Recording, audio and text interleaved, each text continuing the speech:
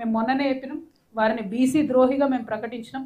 ఎందుకంటే ఇన్నిసార్లు ఢిల్లీకి పోయొచ్చారు ముఖ్యమంత్రి గారు, ఒక్క లెటర్ एक भी खत आपको नहीं दिखता साहब, इन्हों जाके मोदी साहब से पूछे कि 42% रिजर्वेशन पास करा दो बोल के, एक भी खत नहीं दिखता आपको. ఒక్కటంటే ఒక లెటర్ రాయలే ఆయన. అంటే ఇంతవరకు అఖిలపక్షం ఢిల్లీకి తీసుకుపోతానని తీసుకుపోలేదు. ఒక 2 సార్లు మాత్రం కాంగ్రెస్ నుంచి అక్కడ పోయి ఏదో ధర్నాలు చేసినట్టు చేసిరు. దానికి రాహుల్ గాంధీ రాలే, ఇంకోళ్ళు రాలే, వీళ్ళే పోయిరు, వీళ్ళే ఢిల్లీలో ధర్నాలు చేసిరు, వాపస్ వచ్చారు తప్పితే దాంతో నెట్ రిజల్ట్ 0. సో నేను డిమాండ్ చేసేది ఏంటంటే, ఇంత అర్జెంట్ ఎందుకు పెడుతున్నారు సర్పంచ్ ఎన్నికలు? ఏం అవసరం ఉన్నది మీకు?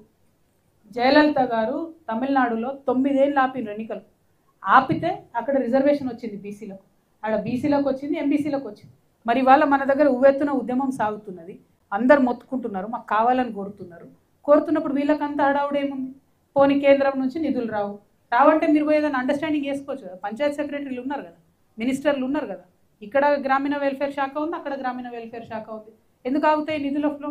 మీరు చాలా అప్పులన్నీ కూడా మేము మాడిఫై చేసి వాటి ఇంట్రెస్ట్ రేట్లు తగ్గిస్తున్నాం అని గొప్పలు చెప్పుకుంటున్నారు కదా, మరి ఇది చేయండి.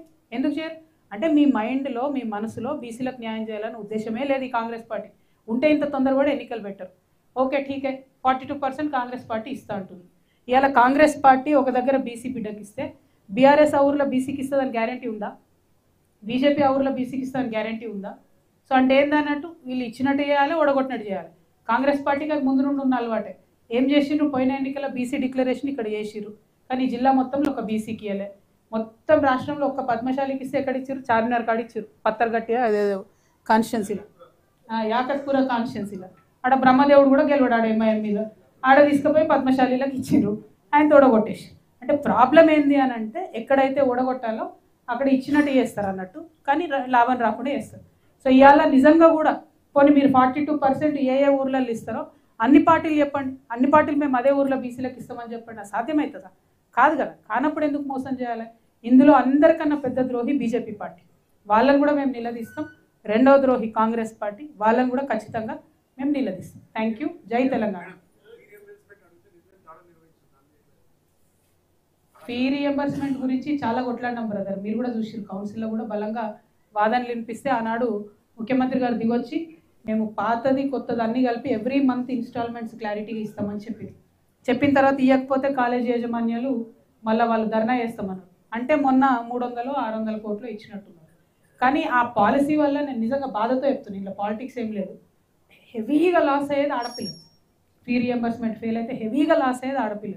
పాపం డిగ్రీ దాకా చదువుకుందాం అనుకుంటే ఫస్ట్ ఇయర్నో సెకండ్ ఇయర్నో ఫీజు కట్టకపోతే ఆడపిల్లలకి ఎవరు ఫీజులు కట్టరు, మగపిల్లలకైతే ఇల్లమ్మన్న ఫీజులు కడతారు. కానీ ఈ పాపం, ఈ ఉసురు మాత్రం ముఖ్యమంత్రి గారికి తగలకుండా పోదు. Thank you.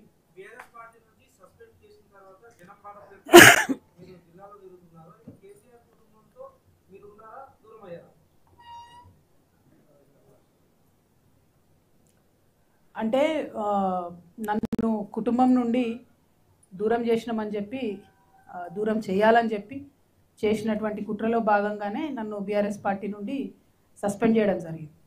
అయితే మీకు నేను ముందే చెప్పిన ఇంట్రడక్షన్లో కూడా, మా కుటుంబంలో ఏమైపోయిందంటే ఉద్యమము, రాజకీయము, ప్రజల పట్ల ఉండే ప్రేమ, కమిట్మెంటు అన్నీ కలిసిపోయి ఉన్నాయి. సో రాజకీయం వేరు, కుటుంబం వేరు, పార్టీ వేరు, ఉద్యమం వేరు అని చూసే పరిస్థితి లేదు. ఇవాళ నా తల్లిదండ్రుల నుండి నన్ను దూరం చేసినా కూడా నేను నా మరో కుటుంబం అనుకునే తెలంగాణ కుటుంబం కోసమే పనిచేస్తాను. ఒక ఆడబిడ్డగా నాకు డెఫినెట్గా బాధ ఉంటుంది కదా బ్రదర్. నేను జైల్లో ఉన్నప్పుడు కూడా నా పిల్లల కన్నా ఎక్కువ నేను మిస్ అయింది, బాధపడ్డది మా మదర్ గురించి, ఆమె హెల్త్ గురించి.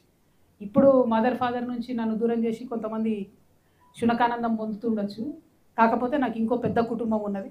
ఆ కుటుంబం యొక్క బాగోగులు చూసుకోవడానికి, ఆ కుటుంబం యొక్క సమస్యలు అడ్రస్ చేయడానికి, అంటే నాతో అంత అవుతుందా అన్ని సమస్యలు అడ్రస్ చేస్తానంటే చేయలేకపోవచ్చు.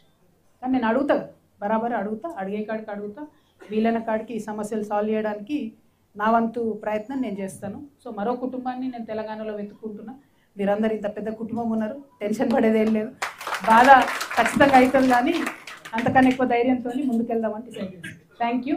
జై తెలంగాణ, జై జాగృతి.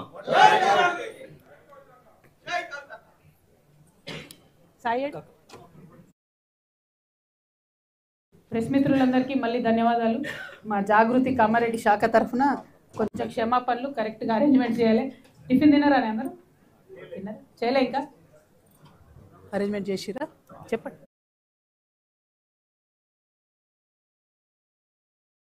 ఇవ్వండి బ్రదర్.